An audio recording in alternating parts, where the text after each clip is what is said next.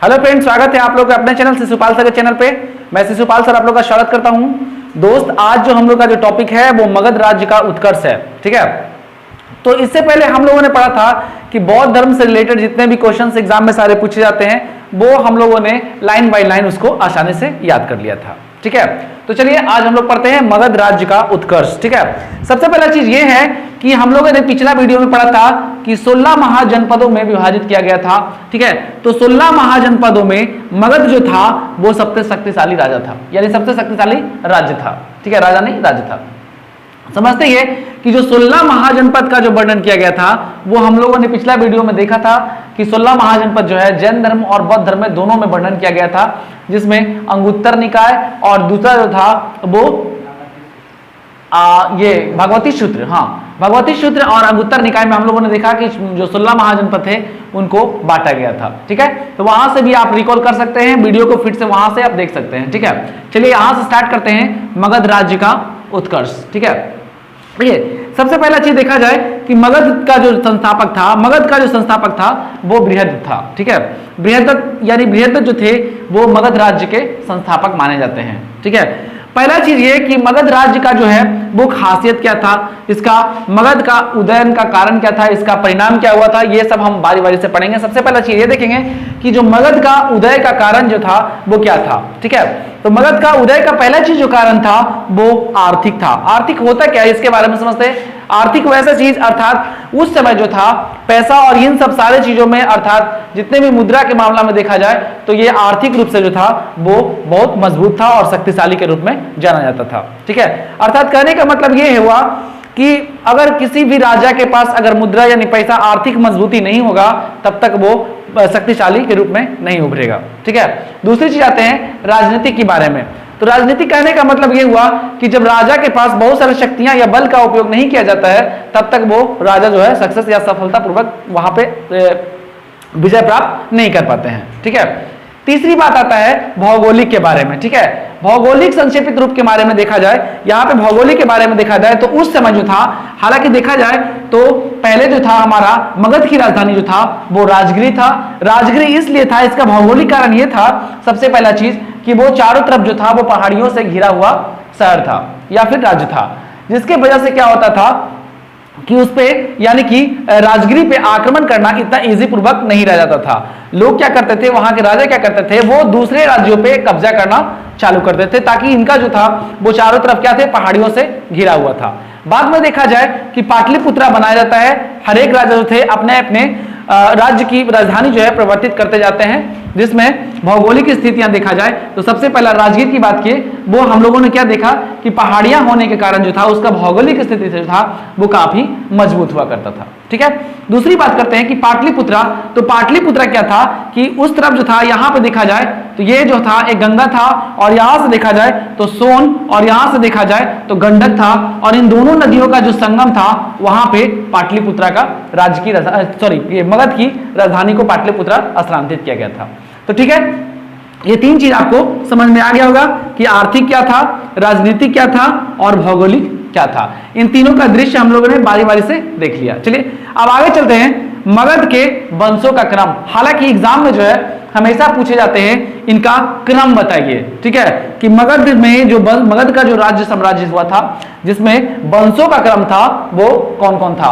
कभी कभी दे देगा क्या कि आपके पास 4 ऑप्शन दे देंगे और उसमें दे देंगे कि इन चारों ऑप्शन को सही रूप से सरियाइए, अर्थात इसको सही रूप से बताइए।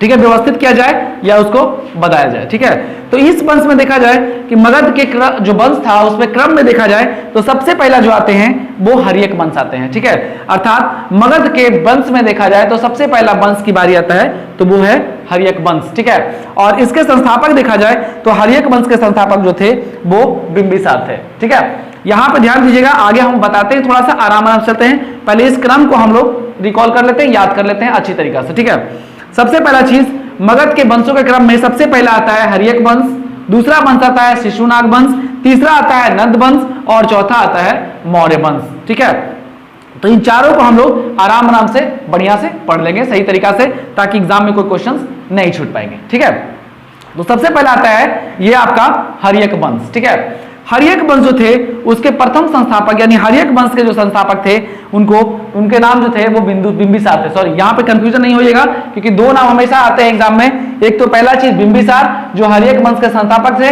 और दूसरा जो था वो दूसरा जो आते हैं वो बिंदुसार। दोनों में डिफरेंट बता देते हैं दोस्त। क्या था? बिंबिसार जो थे वो हर्यक वंश के संस्थापक थे, जबकि बिंदुसार को देखा जाए तो वो चंद्रगुप्त मौर्य के बेटा थे। ठीक है, तो दोनों को ध्यान में रखिएगा और आसानी से, क्योंकि ये जो था ये हर्यक वंश से था, वो मौर्य वंश था। ठीक है, यहां से बिंबिसार जो था वो हर्यक वंश का संस्थापक, और उधर चल जाए तो वो बिंदुसार जो चले जाएंगे तो वो मौर्य वंश में एंट्री कर लेंगे हम लोग, यानी कि मौर्य वंश यानी चंद्रगुप्त मौर्य के बेटा का नाम जो था वो बिंदुसार था। ठीक है, यहां तक क्लियर हो गया होगा। चलिए आगे देखते हैं। इसे हम लोग मगध के प्रथम वंश के रूप में, इनको बिंबिसार के रूप में जाने जाते हैं, एवं इनको जो है या इस वंश को जो है ये पितृ हत्या बोला जाता है। पितृ हत्या इसलिए बोला जाता था क्योंकि इस वंश में अर्थात मौर्य वंश, ये हर्यक वंश में बहुत सारे लोगों ने क्या किया कि अपने ही पिता की हत्या करके गद्दी पे बैठ जाते थे। ठीक है, इसी वजह से इसको पितृ हंता बोलते हैं। ठीक है, ये याद हो गया होगा। आगे चलते हैं। यहां से क्लियर है आपका कि मगध साम्राज्य की जो पहला जो वंश था वो हर्यक वंश के संस्थापक जो थे वो बिंबिसार थे, और ये 544 बीसी में जो अपना गद्दी पे बैठ गए थे। ठीक है, आगे देखिए क्या किए। बिंबिसार जो थे वो राजगिरी को अपना राजधानी बनाया था। ठीक है, बिंबिसार जो था वो अपना ये मगध की राजधानी को राजगिरी बनाया था। ठीक है, ये पहला शासक था। हालांकि हम लोग को पहले भी पढ़े होंगे या फिर बहुत सारे बुक्स में देखते होंगे कि मगध की राजधानी जो थी सबसे पहले जो थी वो राजगिरी थी।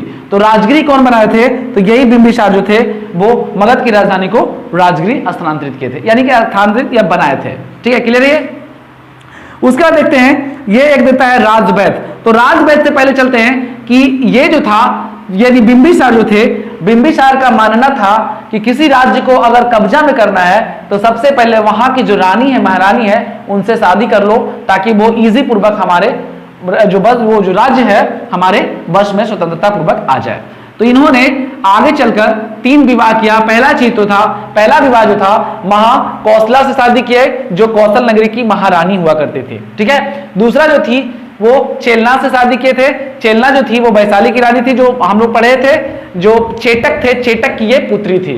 ठीक है, चेटक की पुत्री वैशाली की जो चेटक थी, क्या बोलते हैं उसको, राजकुमार, उनकी बेटी जो थी वो उनका चेलना बोला जाता है। तीसरा जो था एक क्षेमा थी जो मद्र की रानी थी, और मद्र जो तो पड़ता है वो अभी पंजाब में बेसिकली पड़ता है। ठीक है, तो ये 3 चीज देखे कि बिंबिसार जो थे अपने लाइफ में जो है 3 शादियां किए थे, और इनका शादी करने का मेन पर्पस ये नहीं था। इनका शादी करने का मेन पर्पस था कि यदि किसी साम्राज्य को अपने बस में करना है तो उस राज्य की नानिया या महारानिया से शादी कर ले, ताकि वो राज्य जो है आसानी पूर्वक आपके कब्जे में आ सकती है।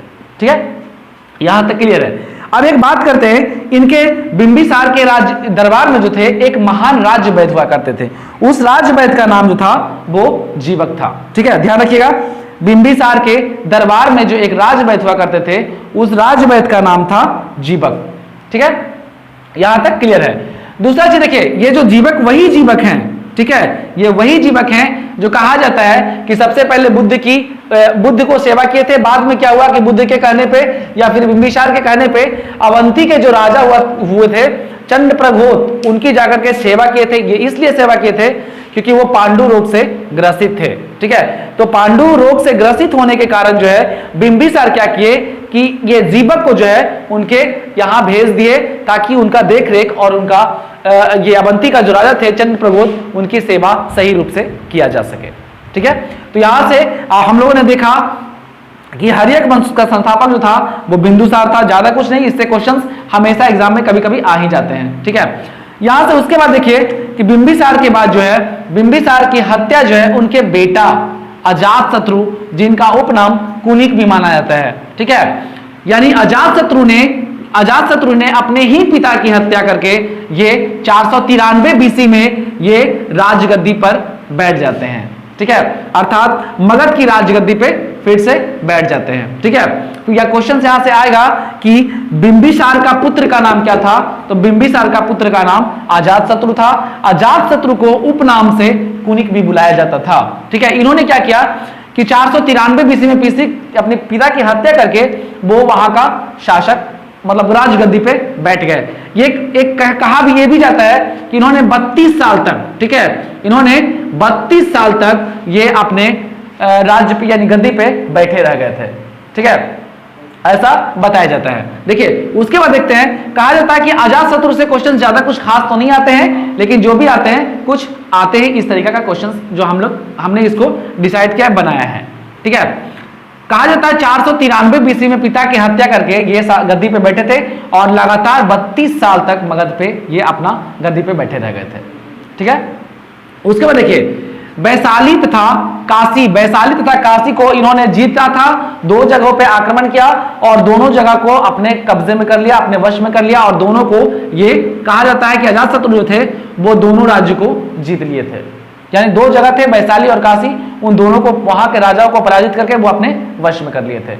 एक चीज और कहा जाता है कि अजातशत्रु के शासनकाल में ही जो है प्रथम बौद्ध संगनी का आयोजन भी किया गया था। हम लोगों ने पिछला वीडियो में पढ़ा था बौद्ध से रिलेटेड क्वेश्चंस को, ठीक है। तो ध्यान दीजिएगा, बुद्ध के महापरिनिर्वाण के बाद प्रथम बौद्ध सभा का आयोजन जो था वो अजातशत्रु के समय में ही हुआ था। अर्थात क्वेश्चंस आएंगे कि प्रथम जो था बौद्ध संगनी का आयोजन किसके समय में हुआ था, तो प्रथम बौद्ध संगनी का आयोजन अजातशत्रु के समय में हुआ था, ठीक है। यहां तक कोई कंफ्यूजन नहीं होना चाहिए। चलिए आगे चलते हैं। अजातशत्रु के जो पिता, इनका जो बेटा थे वो उदयन थे, ठीक है। उदयन क्या किए, इन्होंने क्या किया कि अपने ही पिता अजातशत्रु की हत्या करके ये यहाँ पे 461 बीसी में अपने पिता की हत्या करके गद्दी पर बैठ जाते हैं, ठीक है। उदयन जो थे ये वही उदयन है जो पाटलिग्राम अर्थात पाटलिपुत्र नगर की स्थापना इन्होंने ही किया था, ठीक है। तो कंफ्यूजन नहीं रखिएगा, पाटलिपुत्र नगर की स्थापना के बारे में पूछा जाए तो पाटलिपुत्र नगर की स्थापना जो थे वो उदयन के थे, ठीक है। इनको कहीं कहीं उदयन देता है और कहीं कहीं बुक्स में उदयन देता है, ठीक है। तो दोनों को देख लीजिएगा, जैसा आपके पास अकॉर्डिंग टू ऑप्शन आएगा वैसे आप उसको मार सकते हैं, ठीक है। ध्यान रखिएगा कि 461 बीसी में पिता की हत्या करने के बाद इन्होंने उस गद्दी पर बैठ जाते हैं। उस गद्दी पर बैठने के बाद क्या देखा जाता है कि ये जो गंगा, ये पाटलिपुत्र नगर था, अभी हम लोग यहाँ पे किए थे कि पाटलिपुत्र नगर जो था वो देखा जाए तो पहला चीज तो गंगा और दूसरा बात जो था सोन और गंडक के संगम पर इस पाटली नगर की स्थापना की गई थी। ऐसा इसलिए किया गया था ताकि जो लोग आक्रमण करते हैं अर्थात दूसरे राज्यों के जो राजा थे वो आक्रमण आसानी पूर्वक नहीं किया जा सके इनके राज्य में, ठीक है। दो चीज पढ़े थे, पहला चीज कि मगध की राजधानी जो थी वो राजगिरी थी। राजगिरी इसलिए बनाया गया था ताकि वो पहाड़ियों से घिरा हुआ था और वहां जो उस पे जो आक्रमण करना इतना संभव नहीं था। दूसरी बात, पाटलिपुत्रा को इसलिए बनाया गया, उदयन जो थे वो क्या किए कि अपनी राजधानी को स्थानांतरित कर दिए थे, अर्थात यहां से स्थानांतरित करके वो अपनी राजधानी को पाटलिपुत्रा स्थापित कर दिए थे, ठीक है। ये आपका पहला वंश आपका समाप्त होता है, ठीक है। हर्यक वंश से रिलेटेड जितना भी क्वेश्चन आएगा वो इससे ज्यादा नहीं आएगा, ठीक है। यानी कि हर्यक वंश हम लोगों ने अच्छी तरीका से पढ़ लिया। अब बारी आता है शिशुनाग वंश, ठीक है। शिशुनाग वंश की स्थापना, इसको याद करने का कोई आवश्यकता नहीं है क्योंकि शिशुनाग वंश की स्थापना जो थे वो खुद शिशुनाग ने किया था और वो भी कब, 412 बीसी में इन्होंने ये स्थापना, शिशुनाग वंश की स्थापना करते हैं, ठीक है। शिशुनाग वंश की एक खासियत ये थी कि इन्होंने क्या किया कि पाटलिपुत्रा को अपनी राजधानी से हटा करके अपनी राजधानी जो था वो वैशाली स्थानांतरित कर लेते हैं, ठीक है। अर्थात पूछा जाएगा एग्जाम में क्वेश्चन आते हैं कि शिशुनाग वंश की स्थापना किसने किया था, अर्थात उसके संस्थापक कौन थे, तो शिशुनाग वंश खुद थे। कब के थे, तो 412 बीसी में थे, ठीक है। दूसरी बात, इन्होंने राजधानी को वर्णन किया जाए तो राजधानी जो था वो वैशाली से पाटलिपुत्रा से हटा करके इन्होंने अपनी राजधानी को वैशाली में स्थानांतरित कर लिया था, ठीक है। चलिए आगे देखिए, एक और यहां से देखिए, खासियत कुछ नहीं, खास नहीं, यहां पे देखते हैं शिशुनाग ने अवंती को, मगध में वहां अवंती को, यानी कि शिशुनाग ने अवंती को जीतकर मगध पर अपना राज्य जमा लिया था, ठीक है। रिकॉल कर लेते हैं पीछे वाला हल्का सा, उसके बाद आते वहां से। हम लोगों ने देखा क्या कि शिशुनाग वंश जो थे वो शिशुनाग वंश के संस्थापक जो थे वो शिशुनाग वंश थे। 412 ईस्वी में जो किया ये इन्होंने अपना ये राजवंश को स्थापना कर दिए थे। उसके बाद देखते हैं कि इन्होंने क्या किया कि शिशुनाग वंश की राजधानी को जो है पाटलिपुत्र से हटा करके स्थानांतरित करके फिर से वैशाली को बना देते हैं। ठीक है, ज्यादा क्वेश्चन इससे नहीं आता है, एक दो क्वेश्चन आते हैं जो हम लोग पढ़ लिए, यहां देख लिए। थोड़ा सा आगे देखते हैं कि शिशुनाग वंश ने क्या किया कि अवंती पे हमला कर दिया और अवंती को वहां से जीत करके उनको मगध, उस राज्य को जो है मगध में मिला लेता है। बस ये दो चार क्वेश्चन, एक दो पॉइंट ये आपको ध्यान में रखिएगा कि शिशुनाग वंश के संस्थापक, ज्यादातर से क्वेश्चन जो है यही आते हैं। शिशुनाग वंश के संस्थापक जो थे वो शिशुनाग थे, और कब, तो 412 BC में। ठीक है, इसकी राजधानी पाटलिपुत्रा को हटा करके स्थानांतरित करके इन्होंने वैशाली को अपना राजधानी बनाया। दूसरी बात कि शिशुनाग वंश ने अवंती पे हमला करके उस अवंती राज्य को जीत करके इसको मगध में मिला लेता है। ठीक है, यहां तक कोई दिक्कत नहीं है। अब आगे आता है शिशुनाग वंश के बाद देखते हैं कि शिशुनाग का जो बेटा था वो, उनका अगला जो पीढ़ी था वो कालाशोक की बारी आता है। ठीक है, तब इसको देखते हैं, यहां से समझते हैं। शिशुनाग वंश के संस्थापक, शिशुनाग वंश का जो बेटा था वो क्या किया, यहां देखिए इसको प्रीतिहंता इसलिए बोला जाता है क्योंकि इस वंश में ऐसा होता है कि अपने ही पिता की हत्या कर दी जाती है और अपने उस मतलब गद्दी पर बैठने के लिए पिता की हत्या कर देना, इसी को हम लोग प्रीतिहंता बोलते हैं। ठीक है, यहां तक क्लियर है। चलते आगे चलते हैं, कालाशोक की बारी आता है। कालाशोक से भी ज्यादा क्वेश्चन कुछ खास नहीं रहते हैं, लेकिन जो भी है उसको हम लोग देख लेते हैं। कह रहा है कि कालाशोक जो थे इनकी अपनी राजधानी जो था यहां से वैशाली से हटा करके क्या करते हैं कि फिर से पाटलिपुत्रा स्थानांतरित कर दिया जाता है।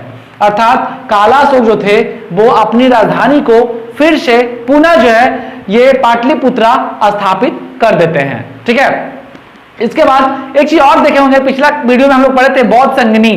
ठीक है, बौद्ध सभाएं, पहला बौद्ध सभाएं वो तो हम लोग पढ़ा किसके समय में, प्रथम बौद्ध सभा जो था वो अजातशत्रु के समय में हुआ था। ठीक है, दूसरा बौद्ध संगनी यानी दूसरा बौद्ध सभा जो हुआ था वो कालाशोक के समय में हुआ था, वो हम लोग पिछला वीडियो में पढ़ चुके हैं। ठीक है, तो यहां देखिए कालाशोक के समय में बौद्ध सभा का दूसरा आयोजन किया गया था। ठीक है, एक क्वेश्चन हमेशा ये रहता है, उसको देख लीजिएगा, पिछला वीडियो, वहां से चारों बौद्ध संगनियां हम लोग पिछला वीडियो में पढ़े थे और वो आप देख सकते हैं। आगे आते हैं कि यहां से शिशुनाग वंश का जो अंतिम शासक था, ठीक है, क्योंकि ये आपका शिशुनाग वंश जो है लगभग दो पीढ़ी चला था, एक तो खुद शिशुनाग वंश और दूसरा जो थे वो कालाशोक। तो शिशुनाग वंश का जो अंतिम शासक माना जाता है वो नंदीवर्धन को माना जाता है। ठीक है, शिशुनाग वंश का अंतिम शासक नंदीवर्धन को माना जाता है। यहां तक आपका क्लियर हो गया होगा। चलिए अगला बारी है, यहां से देखिएगा, ध्यान दीजिएगा। पहला हर्यक वंश जो हम लोगों ने बढ़िया से कंप्लीट किया, दूसरा शिशुनाग वंश ये भी कंप्लीट कर लिया, तीसरा नंद वंश और लास्ट जो था वो मौर्य वंश। लेकिन मौर्य वंश पढ़ने से पहले हम लोगों ने नंद वंश के बारे में नहीं पढ़ा, तो ठीक है चलते हैं नंद वंश के बारे में पढ़ते हैं। नंद वंश के संस्थापक जो थे वो महापद नंद का माना जाता है, यानी नंद वंश के संस्थापक महापद नंद थे। ठीक है, अब अगला सब देखते हैं कि ये इनका जो था यानी अंतिम शासक जो था इनका, नंद वंश का अंतिम शासक जो था वो घनानंद था, जो किसके समकालीन था, सिकंदर के समकालीन था। ठीक है, तो आगे हम लोगों ने मौर्य वंश के बाद या फिर सिकंदर पहले पढ़ लेंगे, मौर्य वंश को बाद में पढ़ लेंगे, दोनों क्लियरली कर लेंगे हम लोग। अंतिम शासक जो पहला चीज, नंद वंश का संस्थापक महापद नंद थे, इनका अंतिम शासक घनानंद था जो सिकंदर के समकालीन था। यह पॉइंट आपका क्लियर हो गया होगा। ठीक है, नंद वंश के संस्थापक बढ़िया से याद कर लीजिएगा क्योंकि हर एक एग्जाम में क्वेश्चंस रहते हैं। संस्थापक, नंद वंश के संस्थापक महापद नंद थे, इनका अंतिम शासक जो था वो घनानंद जो सिकंदर के समकालीन हुआ करते थे। ठीक है, माना जाता है कि भारत का प्रथम शासक जिन्होंने ये पहला शासक ये कौन, महापद नंद, भारत का पहला शासक जो था वो एकराट की उपाधि धारण किया था। ये होता क्या है, पहले के राजाओं जो थे अपने को ज्यादा शक्तिशाली सिद्ध करने के लिए कुछ कुछ ऐसा चीज था जो उपाधि धारण किया करते थे। ठीक है, तो यही जो था भारत का प्रथम शासक कौन, महापद नंद, जिन्होंने एकराट की उपाधि धारण किया था। क्वेश्चन ये हमेशा पूछा है।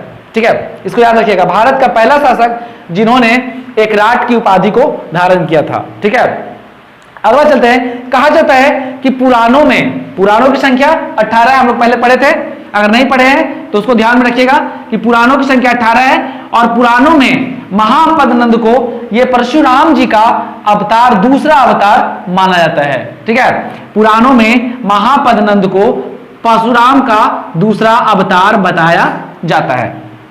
ठीक है, उसके बाद देखा जाए तो ये महापद्मनंद जो थे वो क्या किए, कलिंग पर आक्रमण करते हैं और कलिंग को जीत लेते हैं। ठीक है, कलिंग को जीतने के बाद वो क्या करवाते हैं, नहर की खुदवाई करवाते हैं। ठीक है, और बहुत सारे नहर का निर्माण करवाते हैं। इसका विशेष वर्णन जो है आपको विशेष प्रमाण इसका हाथी गुंफा। अब हाथी गुंफा की बात किया जाए तो उड़ीसा में पड़ता है और इसके संस्थापक जो थे, इस अभिलेख को खारवेल ने बनाया था। ठीक है, हाथी गुंफा के संस्थापक जो थे यानी हाथी गुंफा को कौन बनाए थे, तो खारवेल ने बनाया था। और ध्यान रखिएगा, कलिंग पर विजय प्राप्त करने के बाद इसने नहर की खुदवाई करवाई और उसका प्रमाण जो है हाथी गुंफा में है वो लिखा गया है, उसका वर्णन जो है उस पर किया गया है। यानी कि गुफा के अंदर जो है इसके जो ये नहर को खुदाई किया था उसका विशेष वर्णन उसमें किया गया है गुफा के अंदर। और इस गुफा को बनवाए थे, अब इस गुफा का निर्माण जो किए थे वो खारवेल बनाए थे।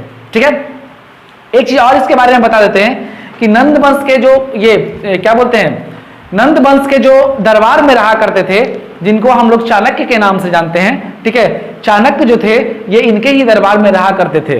हुआ एक दिन ऐसा हुआ था कि इनके साथ जो है कुछ उनका अनबन हो गया था। ठीक है, चाणक्य का इनके साथ कुछ अनबन हो गया था, जिसके कारण क्या हुआ कि ये जो चाणक्य थे वो नंद वंश को बोले कि तुम्हारे साम्राज्य को हम पूरी तरह से नष्ट कर देंगे। ठीक है, और बाद में क्या हुआ कि यही चंद्रगुप्त मौर्य के साथ मिलकर, ठीक है, मौर्य वंश की स्थापना वो तो चंद्रगुप्त मौर्य किए थे, वही उनके साथ मिल करके इस नंद वंश को पूरी तरह से पराजित कर देते हैं। ठीक है, ध्यान रखिएगा, अगला वीडियो जो आएगा हम लोग का उसमें सिकंदर का आक्रमण देखते हैं कैसे कैसे हुआ था। उसके बाद हम लोग जो चौथा था हमारा एक मौर्य वंश जो बच गया, इस मौर्य वंश को अगला वीडियो में हम लोग पूरी तरीका से कवर कर लेंगे। ठीक है, इस वीडियो को एक दो बार देखिएगा, आपको पूरी तरीका से याद हो जाएगा कि कौन किसका बेटा था। और दूसरा चीज, इस वंश में इस वंश को, मगध साम्राज्य के वंश को पितृहंता भी बोला जाता है। ये इसलिए बोला जाता है ताकि इसमें जितने भी राजवंश बने वो अपने पिता की हत्या करके ही गद्दी पे बैठे थे। ठीक है, चलिए इसका स्क्रीनशॉट ले सकते हैं आप और आसानी से इजी पूर्वक आप घर पे देख सकते हैं। ठीक है, अगर आप चैनल पे नए हैं तो चैनल को सब्सक्राइब करना बिल्कुल नहीं भूलिएगा, क्योंकि आपके लिए अच्छा वीडियो हम लाते रहेंगे। ठीक है, तब तक के लिए धन्यवाद।